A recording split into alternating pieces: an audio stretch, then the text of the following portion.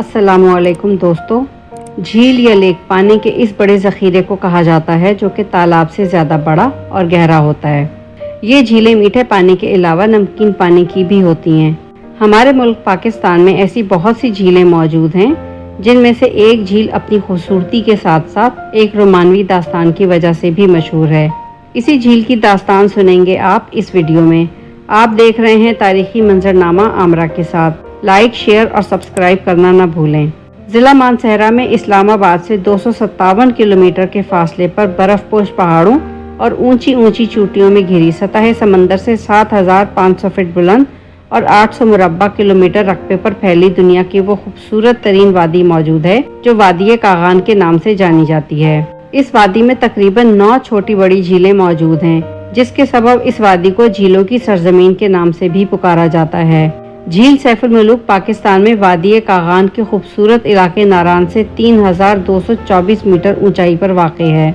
यूं तो वादी कागान का तमाम इलाका दिलकश और कुदरत के हसीन तरीन नज़ारों से भरपूर है, मगर झील सैफुल मलूक वादी कागान के झूमर से कम नहीं। झील सैफुल मलूक एक इंतहाई खूबसूरत और सहरंगेज झील है, जिसके बायस पाकिस्तान के अलावा दुनिया भर से सयाह इसे देखने के लिए आते हैं।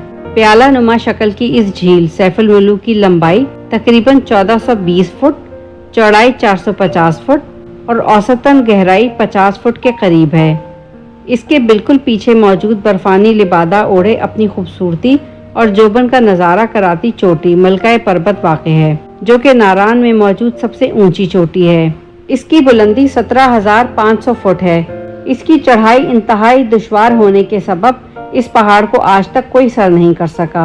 ये झील सैफुल मलूक के साथ वाक़ है और झील के पानी में इस चोटी समेत दूसरे पहाड़ों का अक्स साफ नजर आता है। साल में चंद माह झील की सतह पर बर्फ जमी रहती है। नारान शहर से कोई 9 किलोमीटर दूर और वादी कागान के इंतहाई शुमाली सिरे पर मौजूद झील सैफुल मलूक 3 अतराफ से बर्फीली चोटियों में घिरी हुई है। इस झील की गिनती दुनिया की चंद सहरंगेज झीलों में होती है। इसके बारे में मशहूर है कि ये झील 3 लाख साल पहले इस वक्त वजूद में आई जब वादी कागान में इस मुकाम पर बहने वाले एक दरिया में एक बहुत बड़ा बर्फानी तौदा आ गिरा, जिसने टूटकर इस दरिया के पानी को रोक लिया। कहा जाता है कि वो दरिया आज का दरिया कुन्हार है।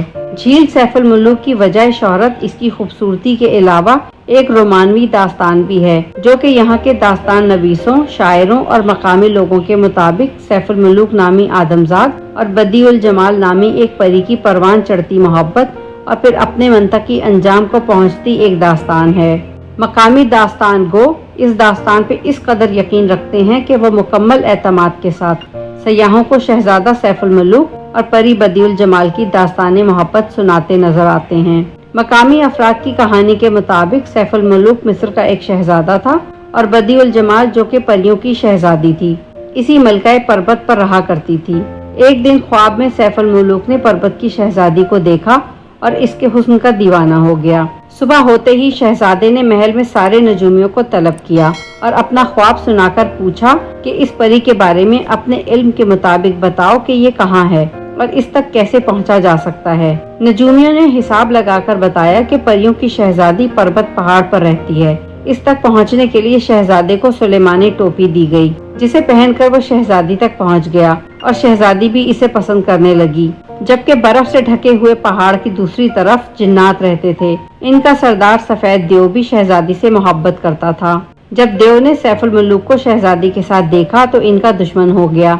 बिलाखिर अपनी मोहब्बत को बचाने के लिए शहजादी और सैफुल मलूक ने झील में छलांग लगाकर अपनी जिंदगी कुर्बान कर दी, मगर अपनी मोहब्बत को यूं अमर कर गए कि इसके बाद इस झील का नाम ही झील सैफुल मलूक पड़ गया। कुछ मुकामी अफराद तो खैर इसे महज एक पहाड़ ही समझते हैं, मगर ज्यादातर के ख्याल में ये बदीउल जमाल का आशिक वो सफेद देव है जो कि सैफुल मलूक की बद्दुआ के सबब पहाड़ में तब्दील हो गया। कुछ के मुताबिक इसी पहाड़ से उतरकर परियों का गौल झील में गुस्ल के लिए आया करता था। इन परियों में एक परी बदीउल जमाल भी थी, जो कि बाद में सैफुल मलूक नामी आदमजाद के इश्क में गिरफ्तार होकर एक रोमानवी दास्तान में अमर हो गई। मकामी दास्तान गो और झील पर सयाहों को घुड़सवारी कराने वाले अफराद के मुताबिक चांद की हर 14वीं रात को अब भी परियों के गौल इस झील पर रक्स और गुस्ल के लिए उतरते हैं। सबूत के तौर पर इनका कहना है कि 14वीं की रात इनके घोड़े मुख्तलिफ आवाजें निकालते हैं, बिदकते हैं और झील की जानिब जाने से कतराते हैं, क्योंकि बकौल इनके घोड़े इन अक्लमंद और समझदार जानवरों में से एक हैं जो न सिर्फ किसी भी गैर इंसानी मखलूक को देख सकते हैं बल्कि ये इनके करीब जाने से भी कतराते हैं।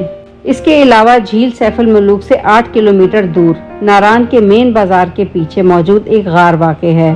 मकामी अफराद इस गार को भी शहजादा सैफुल मलूक और बदील जमाल की लाजवाल मोहब्बत का एक सबूत करार देते हैं। इनके मुताबिक रिवायत मौजूद है कि जब सफेद देव को इनकी मोहब्बत का इल्म हुआ तो इसने झील पर पहुंचकर झील का बंद तोड़ दिया, जिससे वादी में सैलाब आ गया। शहजादा सैफुल मलूक और परी बदील जमाल इस सफेद देव से बचने के लिए इसी गार में पनाह लेते हैं। कहते हैं कि नारान इस जमाने में एक बड़ा शहर था, लेकिन सैलाब ने इसे तबाह बर्बाद कर दिया।